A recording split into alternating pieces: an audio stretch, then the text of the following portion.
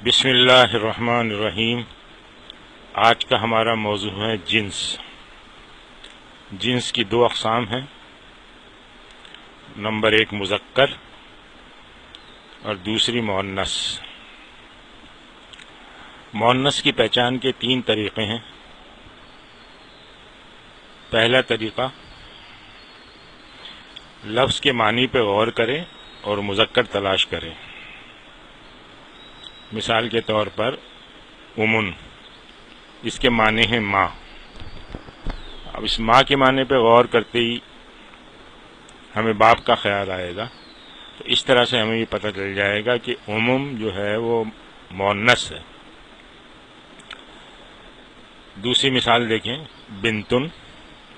بنتن کے معنی ہیں بیٹی۔ اسی طرح جب بیٹی پہ غور کرتے ہیں تو فوراً بیٹا ذہن میں آ جاتا ہے، اور اس طرح سے ہمیں بیٹی کی مؤنث ہونے کا پتہ چل جاتا ہے۔ تیسری مثال دیکھیں، ناقتن، اونٹنی، تو فوراً ذہن میں آئے گا کہ اونٹ، تو اس طرح ہمیں پھر پتہ چل جائے گا کہ ناقتن جو ہے وہ مؤنث ہے۔ جمل، اونٹ۔ اس کا دوسرا طریقہ ہے کہ اسم میں مؤنث کی لفظی علامت موجود ہو، یعنی اسم میں کوئی ایسا حرف ہو جس کو دیکھ کر ہم پہچان سکیں کہ یہ مؤنث ہے۔ اس میں تین قسم کی علامات ہیں جن سے یہ پہچانا جا سکتا ہے کہ یہ مؤنث ہے۔ اس میں پہلی علامت یہ ہے کہ آخری حرف پہ گولتا ہو، اسم کے آخری حرف پہ گولتا ہو، جیسے جنتن، حیاتن۔ اچھا، اس کی کچھ استثناء بھی ہیں، لیکن عام قاعدہ یہی ہے کہ جس پہ گولتا ہوگی وہ مؤنث ہوگی۔ اب استثناء میں جیسے طلحۃ، یہ مذکر ہے۔ اس طرح لامتن، بہت زیادہ علم رکھنے والا، ان میں جو گولتا ہے وہ مؤنث کی نشانی نہیں ہے۔ آخری حرف پہ الف مکسورہ ہو، یہ یا کے اوپر یہ چھوٹی سی الف ہے، یہ الف مکسورہ کہلاتی ہے۔ ایسے نام جیسے حسنہ، صغرا، سلمہ، کبریٰ وغیرہ وغیرہ۔ تیسری علامت یہ ہے کہ اسم کے آخری حرف پر الف اور حمزہ ہو، جیسے حمراؤ، زرقاؤ۔ یہ رنگوں کے نام ہیں، حمراؤ یعنی لال رنگ اور زرقاؤ نیلا رنگ۔ تیسرا طریقہ اہل زبان کے استعمال پہ موقوف ہے، یعنی اہل زبان جس کو مؤنث کہہ دیں وہ مؤنث ہے، اور جس کو مذکر کہہ دیں وہ مذکر ہے۔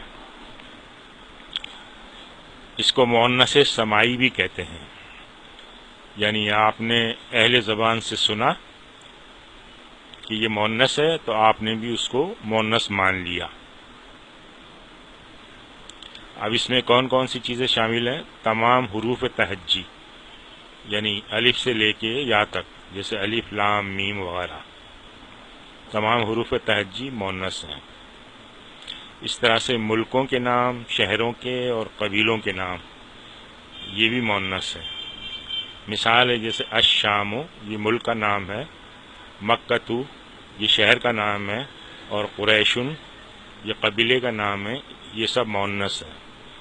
حالانکہ نشانی کے لحاظ سے دیکھیں، الشاموں میں مؤنث کی نشانی، اور قریشن میں بھی مؤنث کی گولتا والی نشانی نہیں ہے، لیکن یہ ملکوں کے نام اور قبیلوں کے نام مؤنث میں شامل ہیں۔ دوزخ کے تمام نام، دوزخ کے مختلف نام ہیں، جتنے بھی نام ہیں وہ سب مؤنث کی کیٹیگری میں آئیں گے، جیسے النارو، جہنم، سقر۔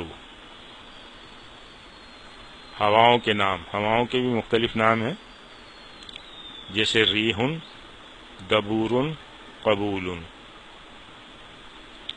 اسی طرح انسانی جسم کے وہ اعضاء جو جوڑے کی صورت میں ہیں، مثال کے طور پہ یدن یعنی ہاتھ جوڑے کی صورت میں ہے، رجلن یعنی پاؤں بھی جوڑے کی صورت میں ہے، اذنن یعنی کان بھی جوڑے کی صورت میں ہے۔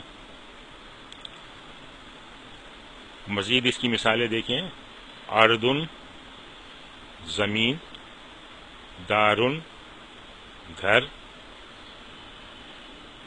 شمسن سورج، یہ بھی مؤنث ہیں تینوں۔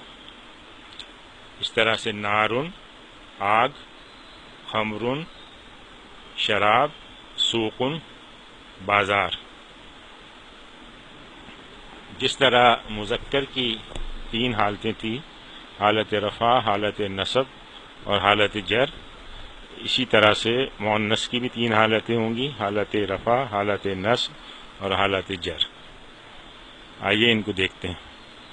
جنتن حالت رفع میں 2 پیش ہیں، جنتن حالت نصب میں 2 زبر ہیں، اور جنتن حالت جر میں 2 زیر ہیں۔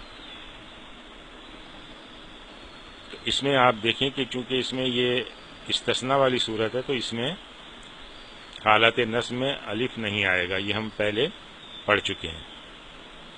اسی طرح سے خبیثتن، خبیثتن، خبیثتن، صلاتن حالت نصب میں صلاتن اور جر میں صلاتن،